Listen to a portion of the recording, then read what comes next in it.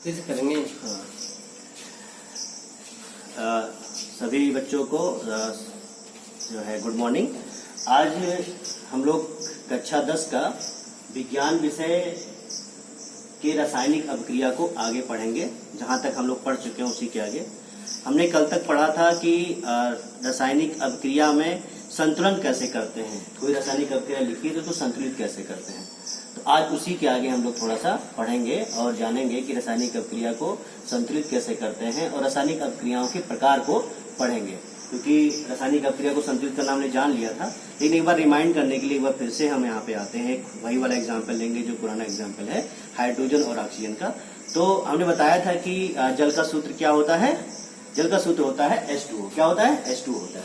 तो H2O बनता कैसे है? जल बनता कैसे है? जल बनता है हमारे वातावरण में उपलब्ध हाइड्रोजन और ऑक्सीजन की उपलब्धता पे बनता है। तो हाइड्रोजन है हमारे वातावरण में और ऑक्सीजन भी है। आपको पता है कि 21% जो है वातावरण में ऑक्सीजन है, हाइड्रोजन भी कुछ मात्रा में मिलता है। तो हाइड्रोजन गैस और ऑक्सीजन गैस जब मिलते हैं तो मिलकर बनता है जल, जिसको हम दैनिक जीवन में प्रयोग करते हैं। तो उन दोनों को कैसे बनता है? हाइड्रोजन गैस का सूत्र होता है, आपको पता होगा क्या होता है? H2 होता है। और ऑक्सीजन का क्या होता है? गैस हमेशा मॉलिक्यूल्स में होते हैं। कल उन्हें बताया भी था कैसे अणु में रहते हैं। तो ये अणु में O2 होता है। H2 और O2 जब मिलते हैं तो मिलके बनाते हैं H2O। तो ये दोनों मिलकर क्या बनाए? H2O बनाए। एक चीज हमने और बताया था, आपको याद होगा कि जो अभिक्रिया में जो तत्व भाग लेते हैं उनको क्या बोलते हैं? हाँ, क्या बोलते हैं? हाँ, उनको बोलते हैं अभिकारक। क्या बोलते हैं? अभिकारक। बिल्कुल सही, अभिकारक बोलते हैं। इनको बोलते हैं अभिकारक। अब ये अभिकारक है हाइड्रोजन और ऑक्सीजन, और अभिकारक मिलकर क्या बनाते हैं? उत्पाद। Very good. क्या बनाते हैं? उत्पाद बनाते हैं। तो ये हमने क्या बनाया? उत्पाद बनाया। तो अभिकारक और मिलकर बनाते हैं उत्पाद। लेकिन आप यहाँ देखिए, मैंने कहा था कि देखिए क्या ये एग्जाम में आपके आता है 3 नंबर में कि संतुलित करने को। अब यही समीकरण दे देगा, बोल देगा ये समीकरण को संतुलित करिए। संतुलित का मतलब ये है कि मैंने एग्जाम्पल दिया था कि तराजू लेके आप बैठे तो दोनों की तराजू की तरफ दोनों का हिस्सा बराबर होना चाहिए। यानी कि अभिकारक और उत्पाद में जो जितने तत्व शामिल हैं उनकी मात्रा बराबर होनी चाहिए। तो कैसे पता करेंगे बराबर? तो हम देख लेना 1 to 1 की इस साइड में कितने मॉलिक्यूल्स हैं, इधर कितने हैं। तो क्या करेंगे? इधर 2 चीज शामिल हो रहे हैं, हाइड्रोजन और ऑक्सीजन।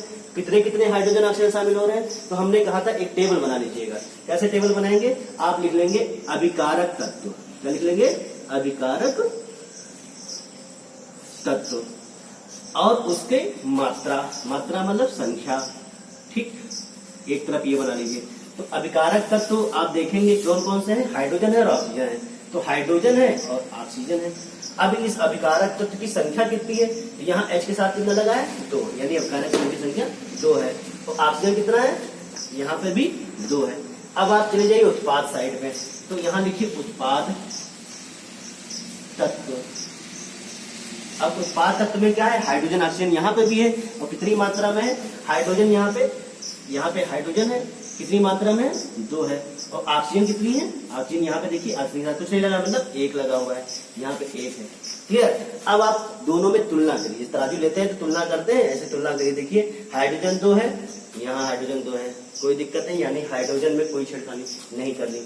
ऑक्सीजन यहाँ पे 2 है, यहाँ कम हो गया है, यानी यहाँ पे कम हो रहा है। यहाँ पे आपको ऑक्सीजन की संख्या बढ़ानी पड़ेगी, तभी जाके ये संतुलित होगा। तो हम क्या करते हैं? मैंने बताया था कि संतुलित करने के लिए सबसे पहले जो अभिक्रिया दी हुई है उसको बक्से में कर लें। क्या करें? सबको बक्से में कर लें। हाइड्रोजन को बक्से में कर लें, ऑक्सीजन को बक्से में कर लें और उधर जल को भी बक्से में कर लें। ठीक, उसके बाद आप देखिए कि हाइड्रोजन 2 है, इसमें कोई छेड़खानी नहीं। ऑक्सीजन 2 था, यहाँ 1 है, यहाँ 2 करना है। 2 करने के लिए मीन्स हम यहाँ बाहर ही कुछ कर सकते हैं। तो बाहर हम क्या लगा देंगे? 2 लगा देंगे। तो हमने यहाँ 2 लगा दिया। अब देखिए ऑक्सीजन हो गया 2, ठीक, लेकिन जब यहाँ 2 लगाया तो हाइड्रोजन में भी तो 2 बढ़ेगा। तो हाइड्रोजन में भी 2 बढ़ गया और हाइड्रोजन में 2 बढ़ा तो 2 दूनी 4 हो गया। क्या हो गया? 4 हो गया। अब यहाँ जब 4 हो गया, ये जब 4 हो गया, यानी कि अब ये क्या हो रहा है? 2 का 4 हो रहा है, यानी कि यहाँ पे अभिकारक के समय में कम है। अब तुमको यहाँ भी सही करना पड़ेगा। तो यहाँ तो 2 को 4 बनाने के लिए क्या करना पड़ेगा? इसके आगे लगा दीजिए 2। अब ये हो गया 2 दूनी 4। क्लियर? ये भी 4 हो गया। और अब यहाँ पे देखिए 2s2, यहाँ पे 4 हाइड्रोजन हो गया, 4 हाइड्रोजन। और इस साइड में 2 दूनी 4 हाइड्रोजन। क्लियर है, 4 4 बराबर। और ऑक्सीजन मात्रा में देख लीजिए, ऑक्सीजन यहाँ पे 2 है तो इधर भी क्या हो गया, 2 हो गया, यहाँ बराबर। अब ये जो आपका समीकरण बना लास्ट में क्या बना, 2H2, इसको बॉक्स हटा के लिख लीजिए, 2H2 प्लस O2 और 2H2O, ये बात बन गया, ये आपका संतुलित समीकरण बन गया। इसको बोलते हैं समीकरण को संतुलित करना। ठीक है, अब इसको आप लोग नोट डाउन कर लीजिए और आप लोग इसको स्क्रीन को रोक के भी नोट डाउन कर सकते हैं। मैं इसे अभी मिटा रहा हूं और आगे हम पढ़ेंगे अभिक्रिया कितनी प्रकार की होती है, कौन कौन सी अभिक्रियाएं होती हैं उसके बारे में आज हम जानेंगे। तो रासायनिक अभिक्रिया के प्रकार, हेडिंग डालिए, इसको लिख लीजिएगा रोक के स्क्रीन, आप लोग मोबाइल पे स्क्रीन रोक लीजिएगा और उसके बाद लिख लीजिएगा इसको, और हम आगे बढ़ते हैं कि अभिक्रिया के प्रकार कौन कौन से हैं। ठीक, इसको हम मिटा दे रहे हैं।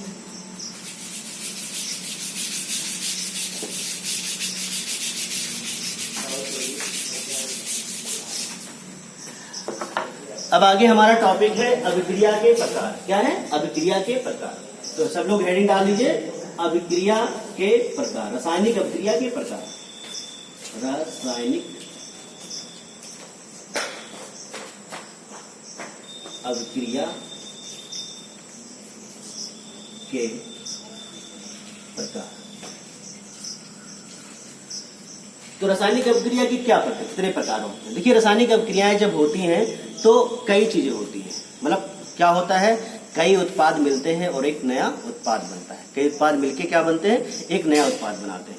और कभी कभी रासायनिक अभिक्रिया होती है तो कुछ और होता है, जैसे क्या होता है, कई उत्पाद, मतलब एक उत्पाद क्या होता है, विखंडित होकर कई उत्पाद बनाता है। जैसे एक अभिकारक विखंडित होकर कई उत्पाद बनाता है, ऐसी स्थिति भी आती है।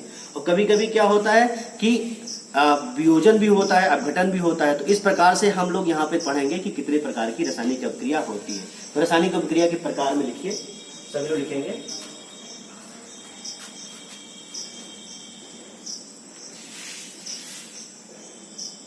जब कोई तत्व आपस में मिलकर, कोई को यहां पे कई कर लीजिए, जब कई तत्व आपस में मिलकर नया उत्पाद बनाते हैं तो उस अभिक्रिया को रासायनिक अभिक्रिया कहते हैं। क्या कहते हैं, रासायनिक अभिक्रिया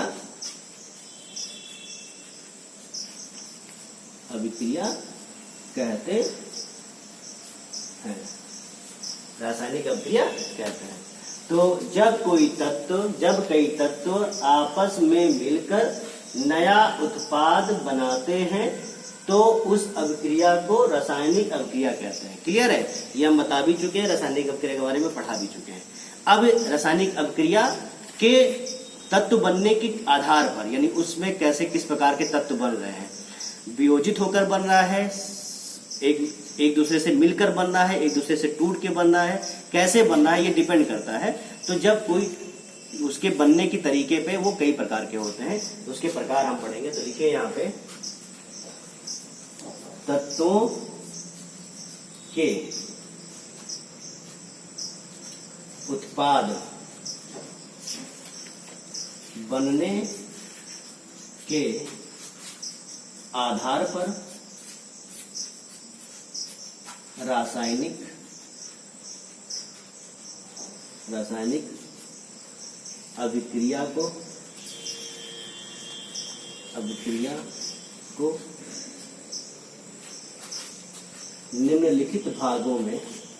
को निम्नलिखित भागों में बांटा गया है।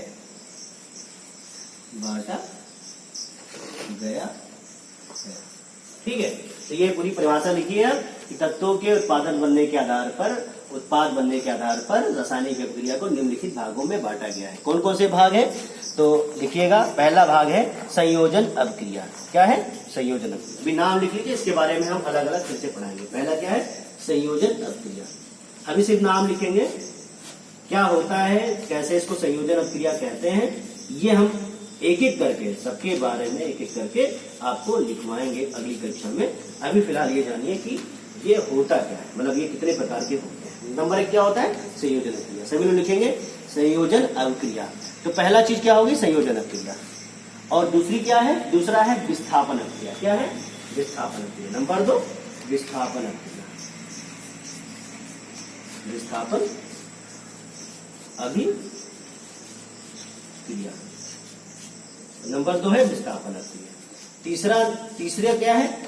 तीसरा टाइप है वियोजन अभिक्रिया। वियोजन को अपघटन भी बोलते हैं। वियोजन अभिक्रिया, वियोजन अभिक्रिया। वियोजन माने अलग होना। वियोजन माने क्या होता है? अलग होना। तो अलग होने को हम लोग क्या बोलते हैं? अपघटन भी बोलते हैं। अपघटन, अपघटन।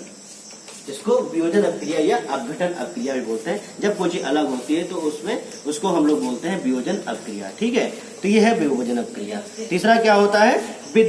तीसरा होता है हमारा उभय अपघटन। क्या होता है? उभय अपघटन। अब ये अपघटन की कुछ प्रकार हैं, तो उसको हम लोग थोड़ा बाद में पढ़ेंगे। एक होता है ऊष्माक्षेपी तथा ऊष्माशोषी। क्या होता है? चौथा नंबर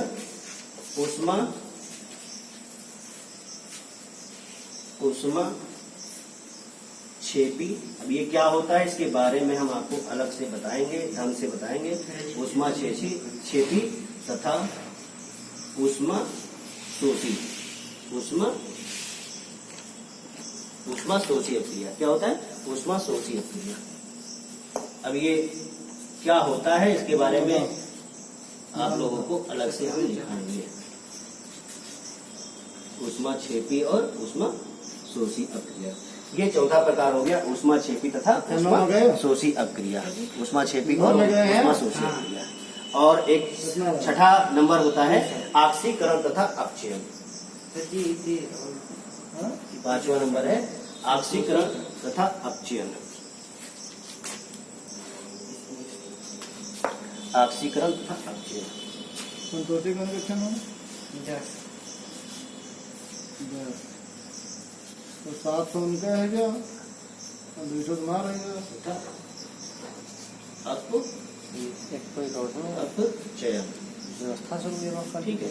और एक छठा है लास्ट उभय अपघटन। उभय संतोषी 10वां तो है। अपघटन। ये 6 प्रकार की रासायनिक अभिक्रियाएं हैं। इसको आप लोग नोट डाउन कर लीजिए, लिख लीजिए। इसके आगे हम लोग आगे से पढ़ेंगे, कल पढ़ेंगे। आज के लिए इतना ही छोटा सा क्लास है। आप लोग पहला क्लास है, ढंग से लिखिएगा, नोट्स बनाते चलिए, कॉपी हम चेक करेंगे आप लोग को बुला के। ठीक है, धन्यवाद।